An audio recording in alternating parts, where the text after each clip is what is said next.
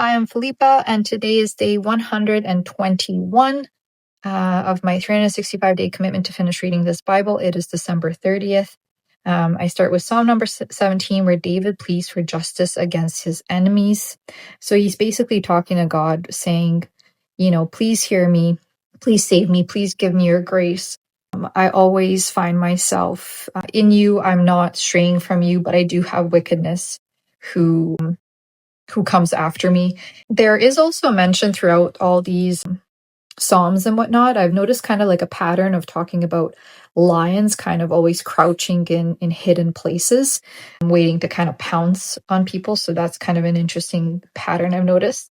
In verse 13 here, it says, "Arise, O Lord, disappoint him, cast him down, deliver my soul from the wicked, which is thy sword."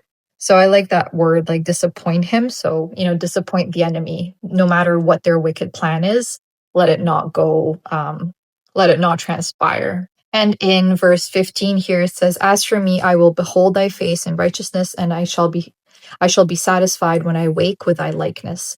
So David is recognizing that, yes, there are wicked men and they might prosper. It says in this life, for a small amount of time. But for David, he says, I will continue to move in righteousness, and I will only be satisfied when I awake with thy likeness. So when he is in the likeness of God.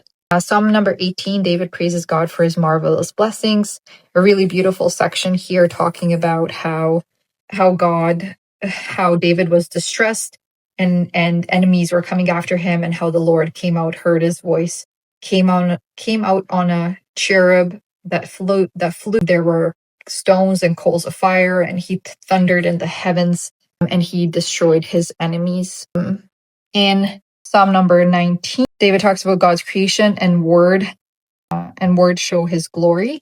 So it starts by talking about how the heavens declared the glory of God, and how God made, day and night, and everything is God. And then this section here is also very beautiful. It just starting in verse 7, it says, "The law of the Lord is perfect, converting the soul. The testimony of the Lord is sure, making wise the simple. The statutes of the Lord are right, rejoicing the heart. The commandment of the Lord is pure, enlightening the eyes. The fear of the Lord is clean, enduring forever. The judgments of the Lord are true and righteous altogether. More to be desired are they than gold, yea, than much fine gold, sweeter also than honey and the honeycomb. Moreover, by them is thy servant warned, and in keeping of them there is great reward. Who can understand his errors? Cleanse thou me from secret faults. Keep back thy servant also from presumptuous sins. Let them not have dominion over me. Then shall I be upright, and I shall be innocent from the great transgression. Let the words of my mouth and the meditation of my heart be acceptable in thy sight, O Lord, my strength and my redeemer." Really like this section here, just talking about how if you follow the Lord, it's perfect, and it will convert your soul. And if you fear the Lord, and the judgments are true and they're righteous, and these things are to be desired more than gold, and they're sweeter once you attain them, more than honey and more than the honeycomb.